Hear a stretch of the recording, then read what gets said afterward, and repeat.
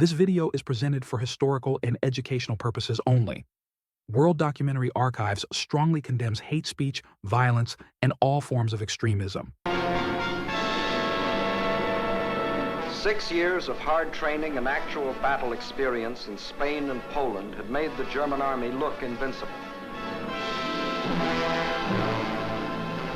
But what about the British and French? First, let's take up the British. They started from scratch, but both at home and abroad, an army was growing.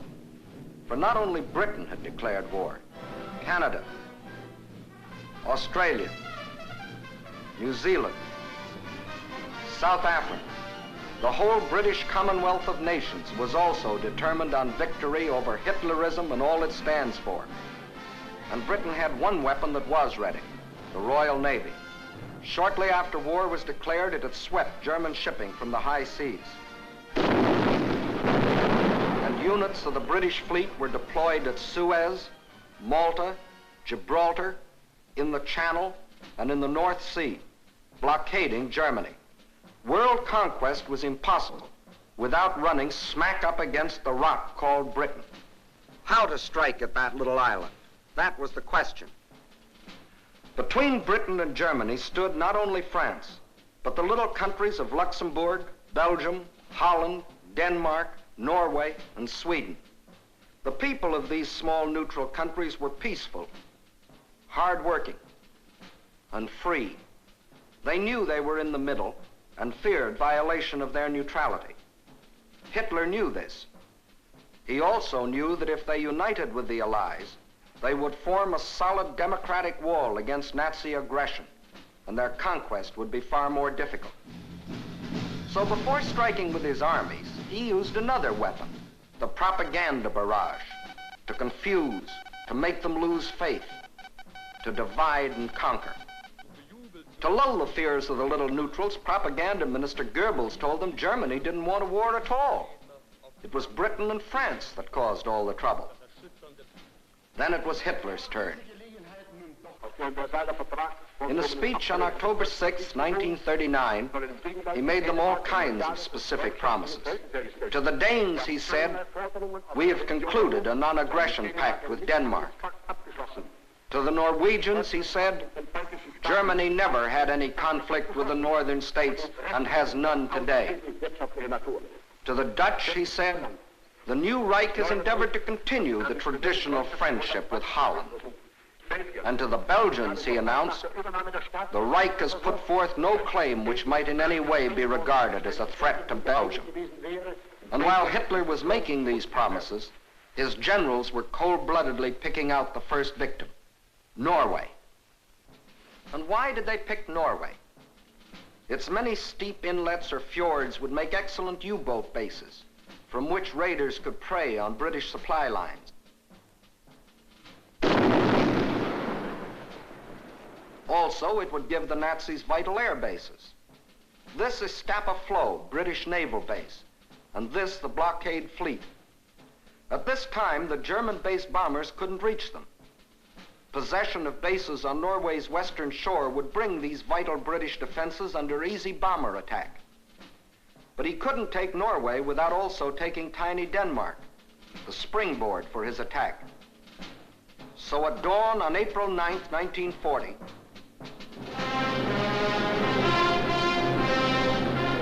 the German army rolled across the neutral borders of Little Denmark, and in a matter of hours it occupied the entire country. By nightfall, Denmark is erased as a nation, and the Danes go into slavery.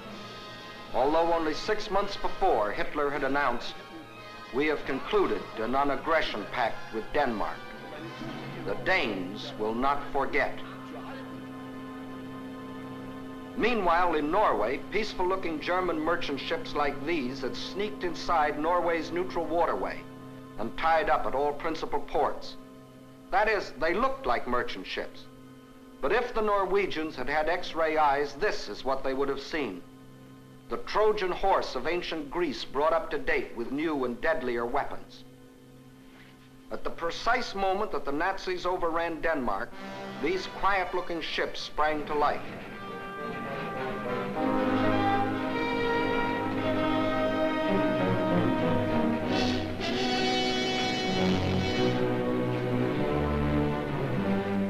same time, Nazi warships, discovered along the entire coastline, started steaming up the Norwegian fjords. Ships, transports, tanks, men, planes, all flung themselves simultaneously upon a defenseless country. Airborne infantry seized every strategic Norwegian airport. The whole job was made easier by treacherous fifth columnists, led by Major Quisling, who seized power and issued orders to suppress resistance. Nazi warships steamed past silent guns that could have blasted them out of the water. This was one of the most amazing acts of treachery the world has ever known. It brought Major Quisling international fame, making his very name synonymous with the word traitor. By the afternoon of April 9th, the Germans were in complete control of all 7 ports where they had landed in the morning.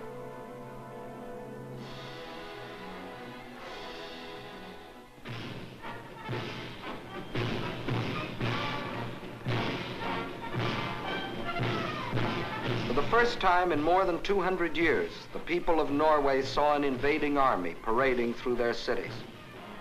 Many of these Nazi soldiers, strutting as conquerors in 1940, had last seen Norway some 20 years earlier, when, as refugee German children, they had been raised and cared for by kind Norwegians. Now these same Germans were back to repay that kindness with terror and destruction. Once they had occupied the capital, the Nazis quickly fanned out in all directions. But loyal Norwegian troops stopped one German column between Hamar and Elvera.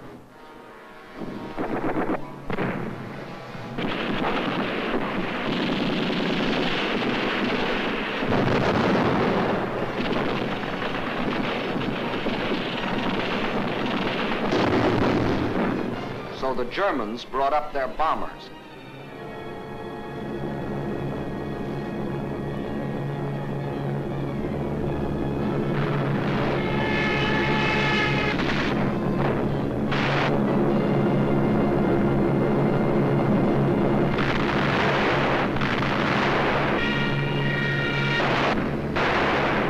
Norwegians were forced to flee to the north under constant and unopposed air attack. It was here that Captain Robert Losey, an American military attaché, was killed, the first American soldier to lose his life in this war. Meanwhile, the Nazis had spread all over the country. Small patrols occupied every strategic village. Parachute troops landed high in the mountains.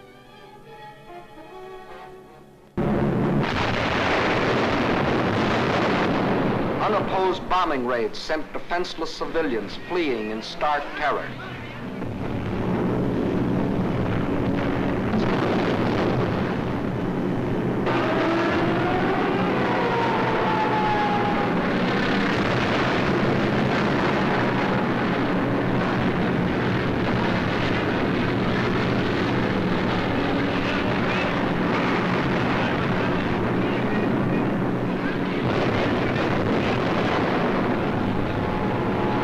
They hadn't wanted war.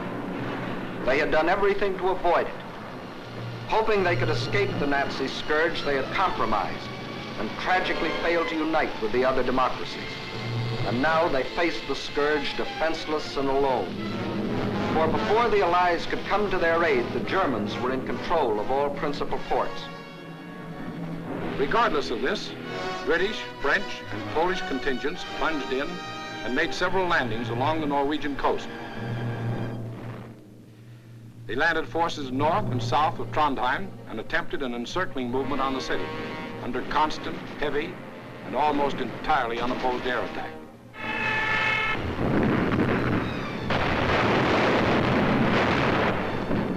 Well, the scene of action was out of range of British fighter planes, so they brought up aircraft carriers. But these are at a disadvantage when opposed by land-based planes. The Allies, therefore, were badly battered from the air. Finally, suffering heavy losses, they withdrew from a hopeless situation. Further to the north, at Narvik, they met with better success, inflicting heavy naval losses on the Nazis.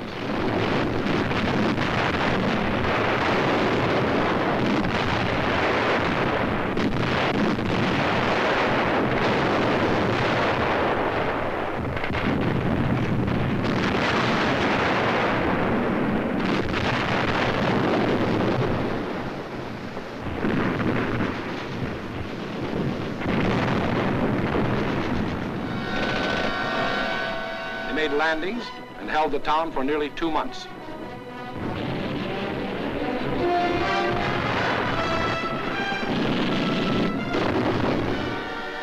Incidentally, they also took their first prisoners of the present war. But again, the Nazis' overwhelming air superiority proved a deciding factor. And the Allies were forced to withdraw under terrific air bombardment.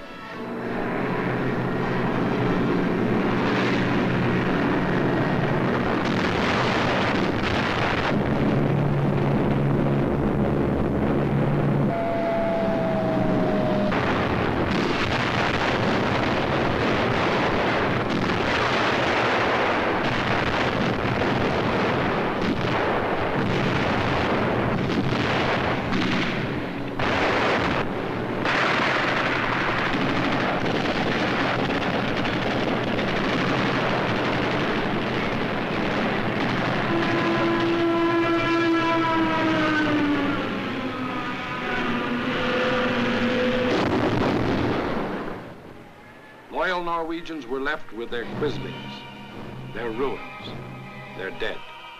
Even though 6 months before Hitler had said, Germany never had any conflict with the northern states and has none today. The Norwegians will not forget. And Hitler had another victory. He had hijacked 2 more countries. The world wondered and sometimes marveled at this man's efficiency. Gangster Dillinger was efficient too.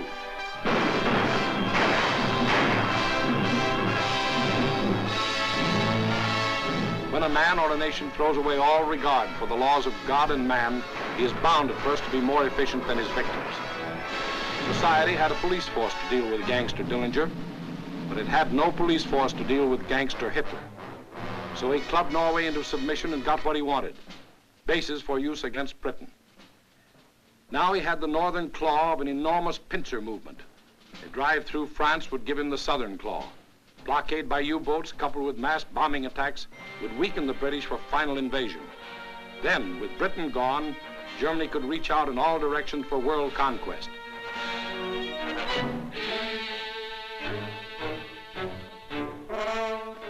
His next move must obviously be through France to get his southern claw. Through France. How was she to face the onslaught?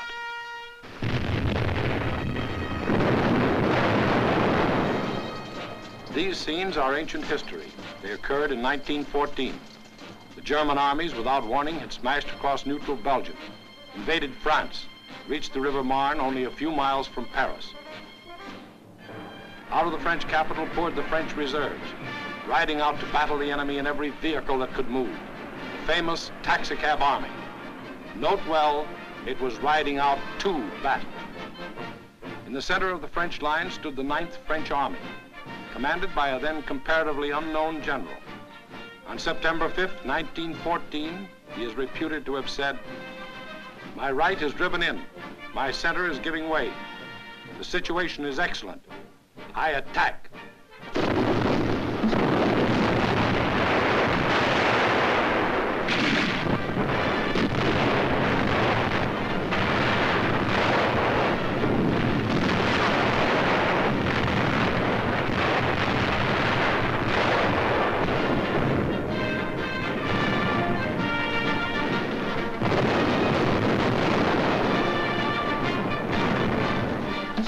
Did attack.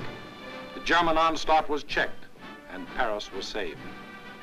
That comparatively unknown general later became commander-in-chief of all the Allied armies and presided at the signing of the armistice with the defeated Germans on November 11, 1918. To this general, the French people erected a monument. To Marshal Ferdinand Foch, whose motto was, "Attack, always attack." Still later, the war-weary French people erected another monument. This one to a minister of war, André Maginot.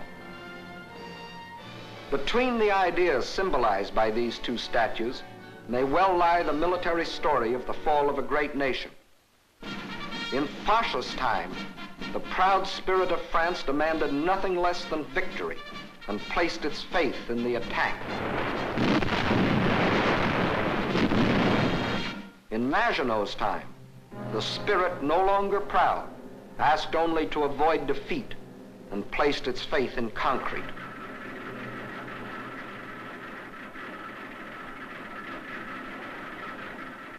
So the French built the mighty chain of fortresses called the Maginot Line. These tremendous bastions were built deep into the French land. They were connected by underground passages and railways, guarding France's eastern borders facing Germany. And when France was finally forced to declare war against the rising Nazi menace, the French troops, instead of attacking, were marched into their modern caves to wait for the Nazi Blitz to smash itself against the Maginot Line. And their generals, headed by Marshal Pétain, proudly announced, "Whoever makes the first move in this war will be hurt." But Hitler didn't go near the Maginot Line. That was France's strong point. Instead, he attacked the weak point. Hitler knew that the French had tried to avoid war instead of preparing for it. That knowledge was one of his greatest weapons. He knew they had planes, but he knew they were antiquated. He knew they had tanks, but he knew they were few in number and lightly armored.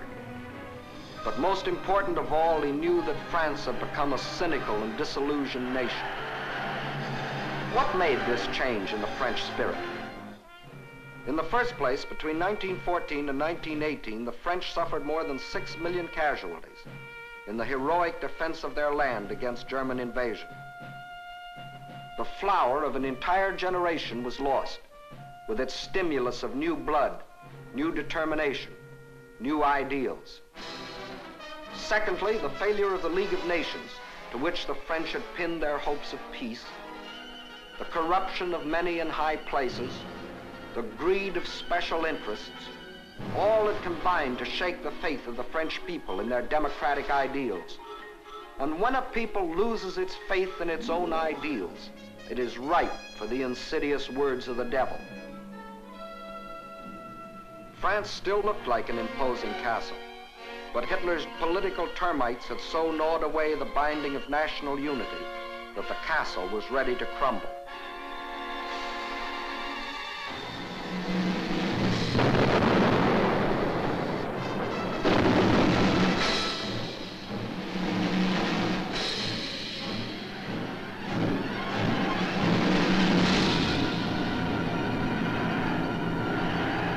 During those months of military inactivity that we called the phony war, a ceaseless barrage of German propaganda crossed the still waters of the Rhine to affect the soldiers in the Maginot Line. "Why do you fight?" asked the banners. Poems and friendly notes were sent over by balloons. French tunes were played by German bands, and German hooey was broadcast in French.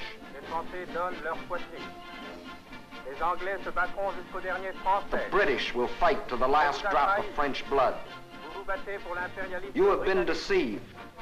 This is an imperialistic war for Britain. We Germans want nothing of France. What is happening to your wives back home, soldiers? The British are stationed in your villages. Yes, France was ready to be plucked. The whole force of the Nazi might was turned toward the west. How would they strike this time? Through Alsace-Lorraine as in 1870? Through the Low Countries as in 1914? What was the 1940 model conquest? The French considered the Maginot Line utterly impregnable, and therefore believed the Germans would again try a swing through the Low Countries as in 1914.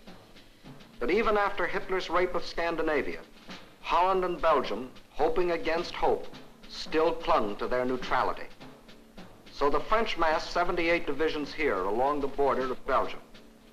17 were in the Maginot Line. 10 divisions here in case Mussolini got bold. 3.5 as a safeguard against Spain. The British had 10 divisions here. The Allied strategy in the event of an attack against the Low Countries was to swing their armies like a gate into Belgium, the hinge being the north end of the Maginot Line. This all-important hinge was protected by the forest of the Ardennes, a hilly and thickly wooded area, honeycombed with streams, its roads narrow trails, its bridges too weak for military vehicles. French strategists estimated the forest of the Ardennes impassable for armored forces. As you will see, this was one of the costliest estimates in all military history. That was the situation on May 9th, 1940.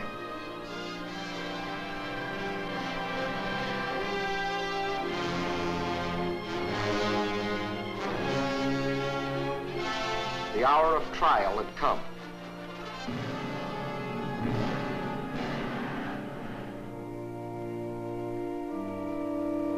The people of the democracies prayed for strength to meet the coming hurricane of terror.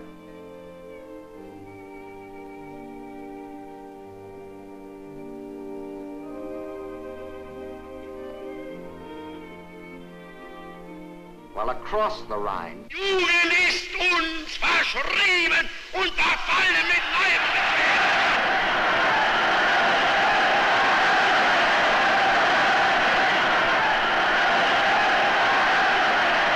a delirious madness possessed the German nation. Nun als Dauererscheinung für uns, unser Oberster, wird die Einführung der allgemeinen immer wieder herniedersteigen. Und dass man die Wahrheit über Deutschland berichtet. 50.000 Mann auf den Baustellen, der ganz Deutschland erfasste. Überall herrscht seit einem Jahr reges und für den deutschen Eck. Die Reinheit seiner Rasse hält. Hitler aber ist Deutschland wie Deutschland. Deshalb innerlich nicht zu uns gehört.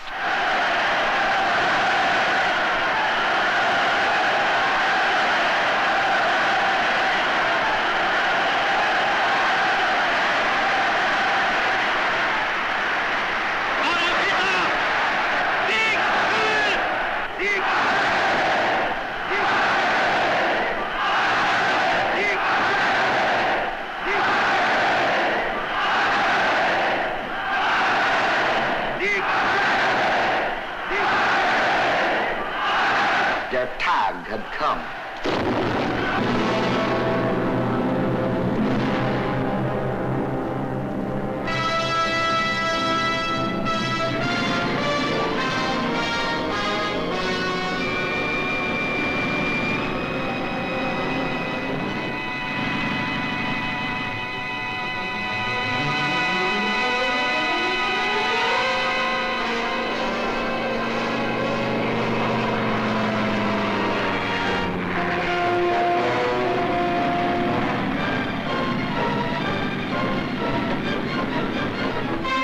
Without even bothering to declare war, the German armies launched a coordinated attack across the neutral borders of Luxembourg, Belgium, and Holland, from the Maginot Line north to the sea. The action along the entire front was simultaneous, so for purposes of clarity, let's take up one country at a time.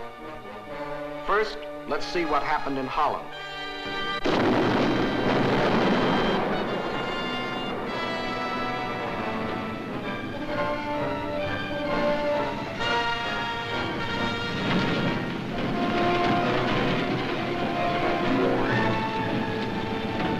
Nazi ground forces smashed through the improvised and hastily erected border defenses.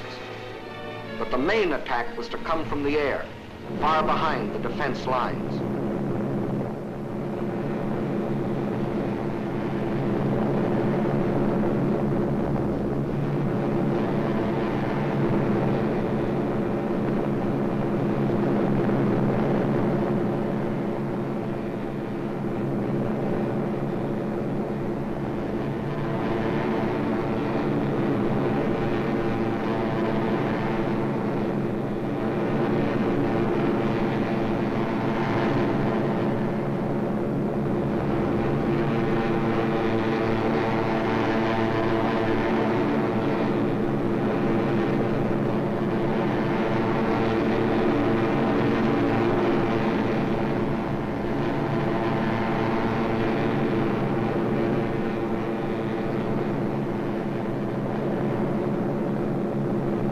where 10,000 troops were landed in this manner.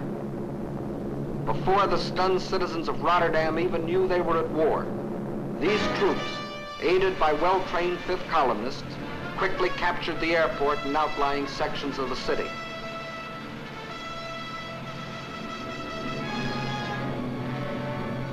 Meantime, Nazi armored columns were racing across the country, their progress speeded by other fifth columnists who prevented the destruction of vital dikes and bridges.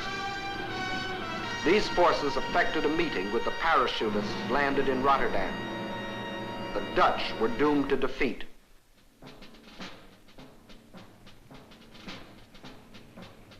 On the fourth day of the invasion, the Nazis gave the Dutch general an ultimatum. All Dutch resistance must cease, or Rotterdam will be bombed flat.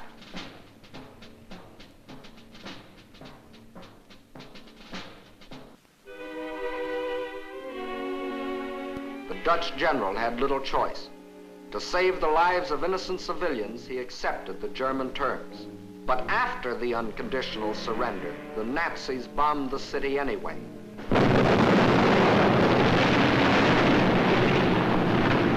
Flights of unopposed German bombers flew low over the center of Rotterdam and methodically bombed it into a heap of rubble.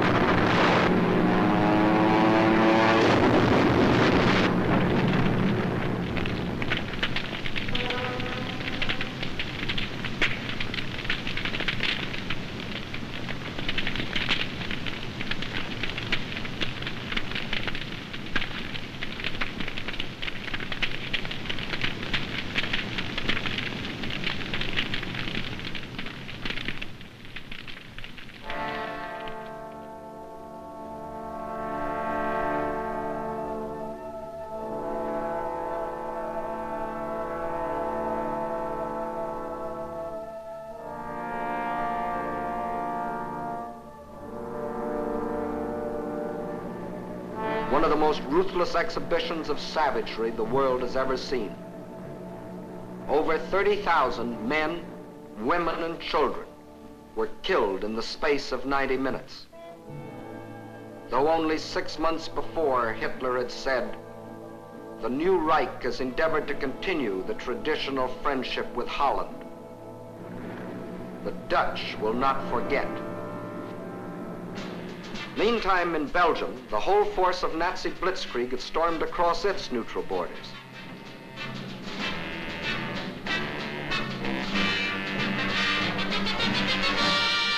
The main German attack was directed at the Albert Canal-Meuse River line, the anchor of which was Fort Ibn Amail, a modern and seemingly impregnable fortress. The Germans had secretly built a replica of the mighty fortress in Czechoslovakia and had rehearsed the attack until they knew every detail of the fort's construction and its every weakness. When the real attack came, it was foolproof. Parachute troops, dive bombers, flamethrowers, specially trained engineer battalions, all working together as a well-trained team.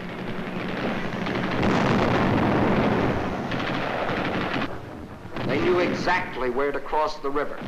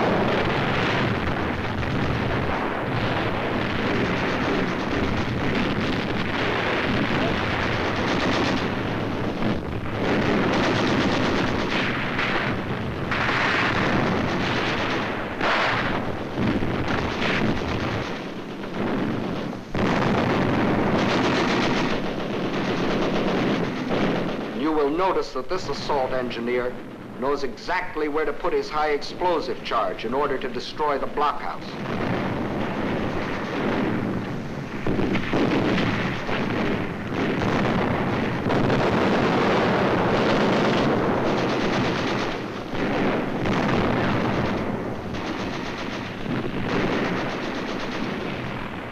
Fort Eben-Emael withstood the Nazi attack exactly 2 days, and the German armies rolled on.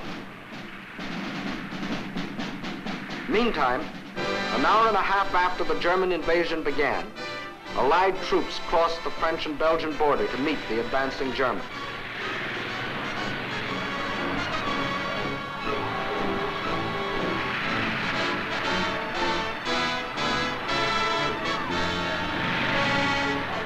As they raced across Belgium to take up their defense positions, they met an obstacle they hadn't counted on. Refugees.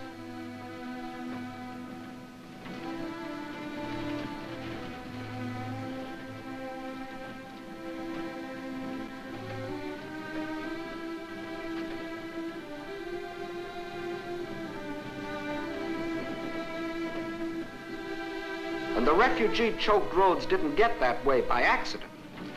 The Nazis methodically bombed little towns and villages, otherwise devoid of any military value, not so much to kill as to drive the inhabitants out onto the highways.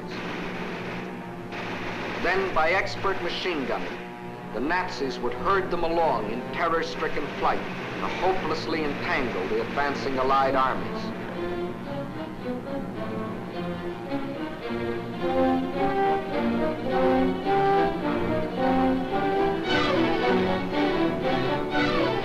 Refugees used as a weapon of war, a new low in inhumanity.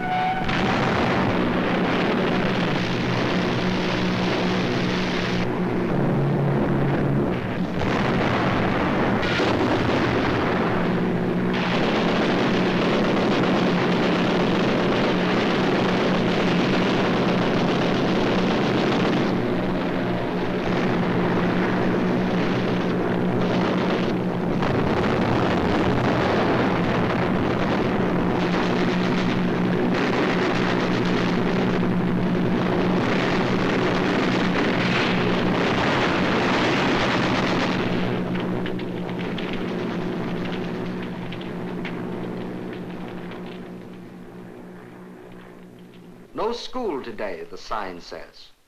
The children are otherwise occupied.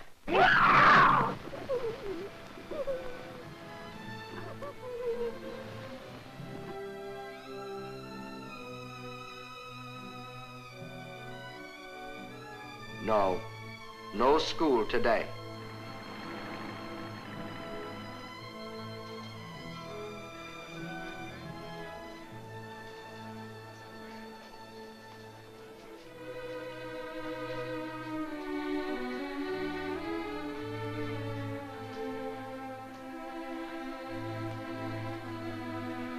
Although only 6 months before, Hitler had announced, "The Reich has put forth no claim which might in any way be regarded as a threat to Belgium. The Belgians will not forget." And what about the Allies? They were convinced that the German attack on Belgium and Holland was the main thrust, and according to plan had swung their armies like a gate into Belgium. But the attack on Belgium and Holland was only a feint. The main German attack was to be centered where the Allies least expected it, through the Ardennes forest. For this decisive blow, they had secretly assembled the mightiest striking force the world had ever seen, including 45,000 armored vehicles.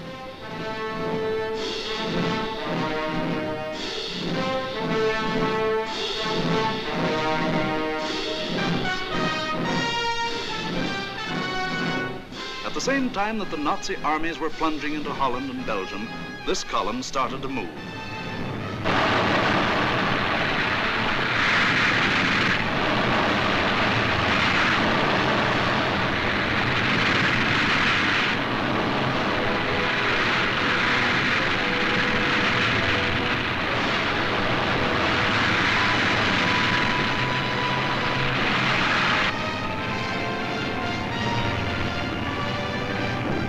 Well-trained engineer battalions went first.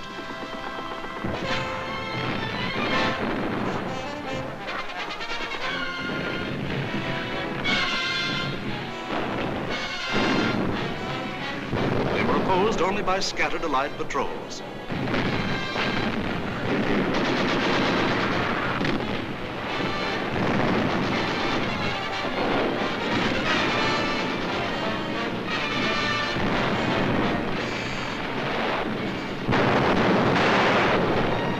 They cleared pathways for the tanks to follow.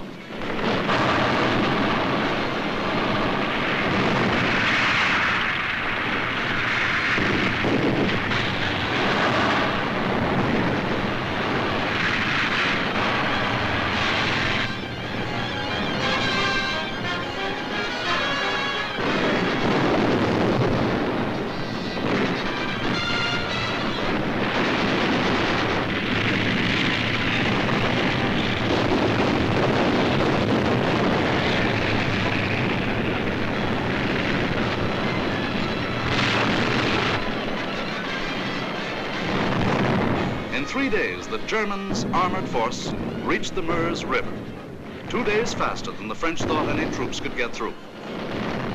By all rules, the Germans should have paused here to bring up heavy artillery before attempting to force the river. But the Nazis had a new type of artillery, dive bombers. With them, they blasted the French positions across the Meuse.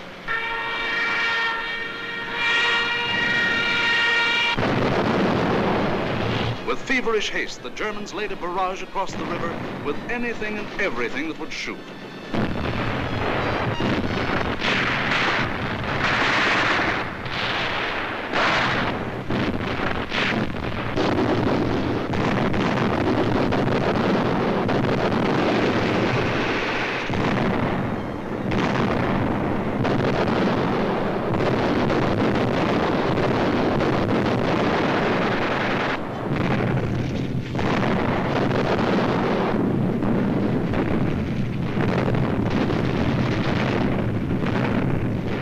Tremendous concentration of firepower continued all through the night.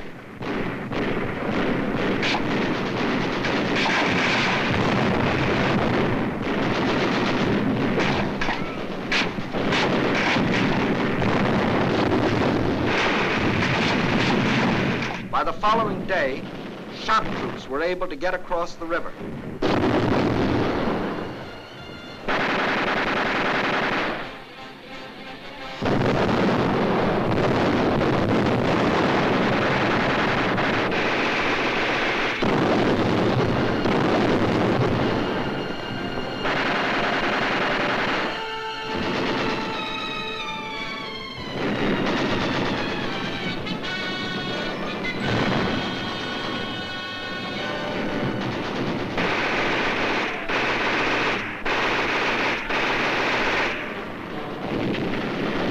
These shock troops held the bridgehead until the engineers brought up pontons and built bridges.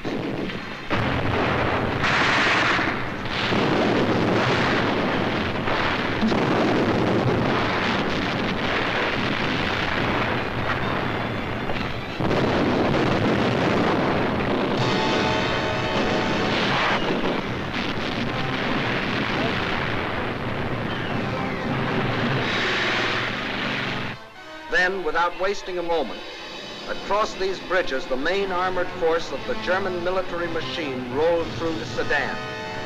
for the all-important breakthrough into a dismayed and flat-footed France. There went the old ball game for the Allies. From here on, it was only a matter of how long. Watch the map as one of our intelligence officers explains the details of the German breakthrough. We speak of the breakthrough at Sedan, but actually the break was along a wide front extending for 50 miles from Namur in Belgium to Sedan. Further north, the Allied armies had swung like a gate into these positions. The German armies had swept over Holland, broken the line of the Albert Canal, and for all anyone knew, were preparing to smash against the Allied front with all their power. That was the situation, dangerous but obscure, on the evening of May 13th. On the 14th and 15th, it became clear that the German breakthrough south of Namur was in the greatest strength, and that the French 9th Army, attacked while moving into position, had been shattered. Without doubt, this was the point of mortal danger, and the French High Command ordered the abandonment of these positions, although they had not yet been attacked.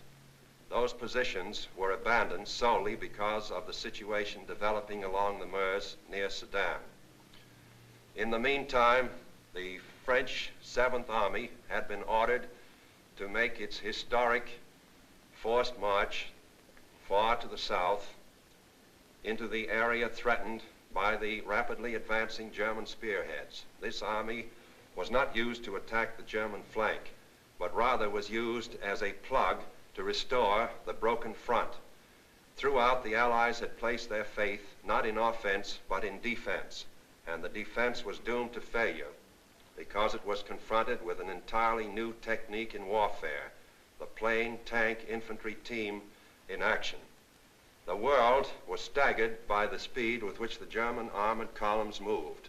What was the secret that enabled armies to move so far so rapidly? The secret lay in the organization of the striking spearhead.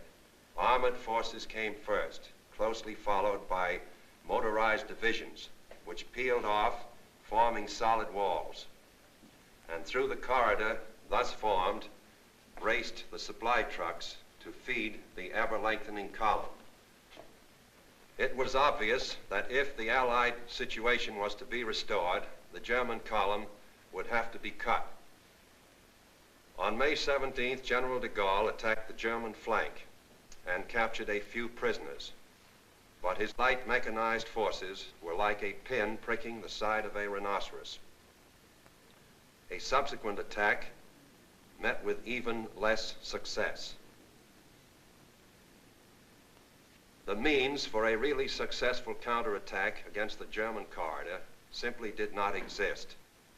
Where numbers of divisions were required, only handfuls of companies and battalions were available. A valiant attempt to cut the German corridor was made by a group of slow-moving British tanks just south of Arras. But lack of sustained striking power doomed this valiant unit to destruction. On May 21st, the German spearhead reached the channel port of Abbeville. Protecting their flank along the Somme, the Germans fanned out to the north and east. This was to be the perfect battle of annihilation. On May 28th, the Belgian army, compressed into a small space and weary of battle, laid down its arms. That left the desperate French and British defenders with their backs to the sea at the small channel. One of the greatest disasters in history seemed in the making. An entire British army faced annihilation. But out of the fog and the mist shrouding the channel came a strange armada of Navy craft, fishing boats, pleasure yachts, anything that would float. The seagoing people of Britain had come to rescue their army. High overhead, British fighter planes fought the Luftwaffe to a standstill.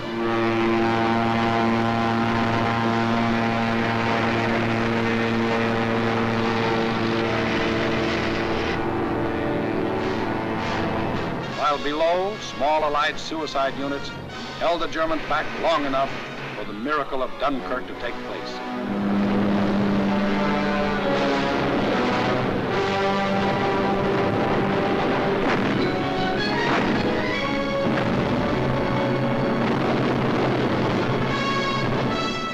211,500 British troops, plus 112,500 French and Belgian were rescued.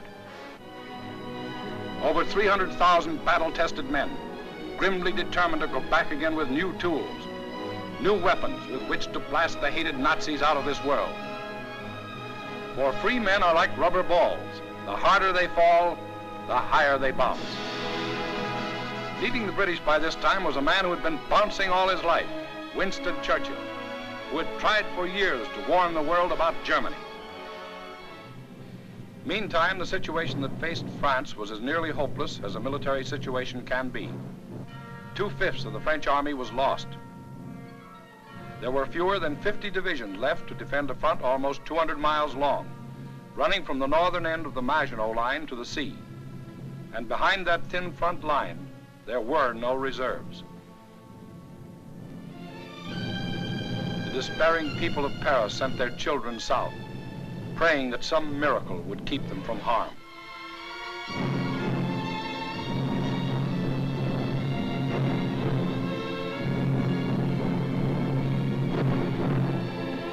The hopeless men of the French army, without adequate arms or equipment, braced themselves for the coming blow. The first blow fell on June 5th. The French resistance was determined, but by June 8th, the left flank army had been shattered and a general withdrawal was ordered to the line of the Marne and the Seine. On June 9th, the German main attack came.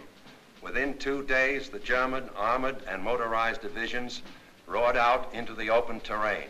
With this breakthrough, the issue of the Battle of France was decided, and from that time on, there was official talk of an armistice.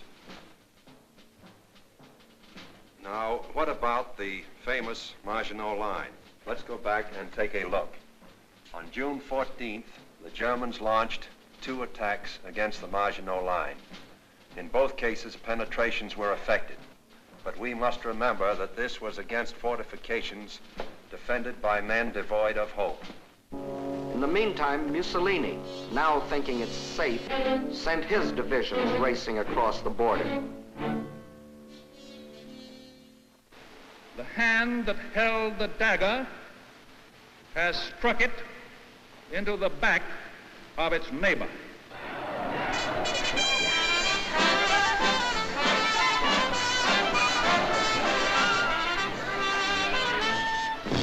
Organized resistance in France was no longer possible. The government faced 2 alternatives: retire to North Africa and carry on from there, or give up the struggle. France's leaders were old and tired, and the oldest and most tired was Marshal Pétain. Egged on by men like Laval, who saw in a German victory his chance for personal power, on June 16th, Pétain asked for an armistice. The news is carried to Hitler, who received this word of a great nation's fall in a characteristic manner. Also characteristic were his terms for the armistice. It must be signed in the coach where Marshal Foch met the defeated Germans in the last war.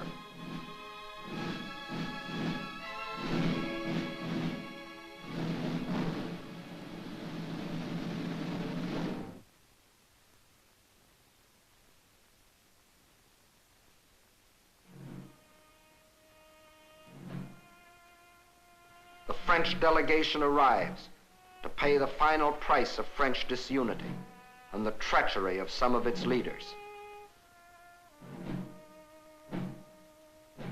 The final price, a price that for centuries to come, the French won't forget. More than 3/5 of their country was to be blacked out by a military occupation. The remainder was to be controlled by a French government acceptable to Hitler. A tax of 400 million francs a day was to be imposed on the French people to support the German army of occupation. Nearly 2 million French prisoners of war were to be taken into Germany, and kept there as hostages, to work as slaves or rot of hunger, tuberculosis, or other diseases in concentration camps. Men deliberately and permanently separated from their families in order to decrease the French birth rate and thus eliminate France as a world power in future generations.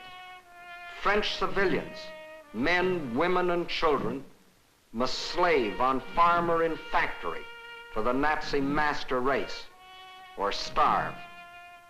There will be a class of subject alien races. We need not hesitate to call them slaves. French children were to grow up on such inadequate food that many would reach the age of 12 before they grew new teeth. And for any attempts to protest against these restrictions, thousands of innocent French civilians would be executed. This was the price the French were to pay as they signed the armistice. And the master of the master race must go to Paris to tour the streets of what was once the City of Light. You notice no cheering crowds here to welcome in the new order.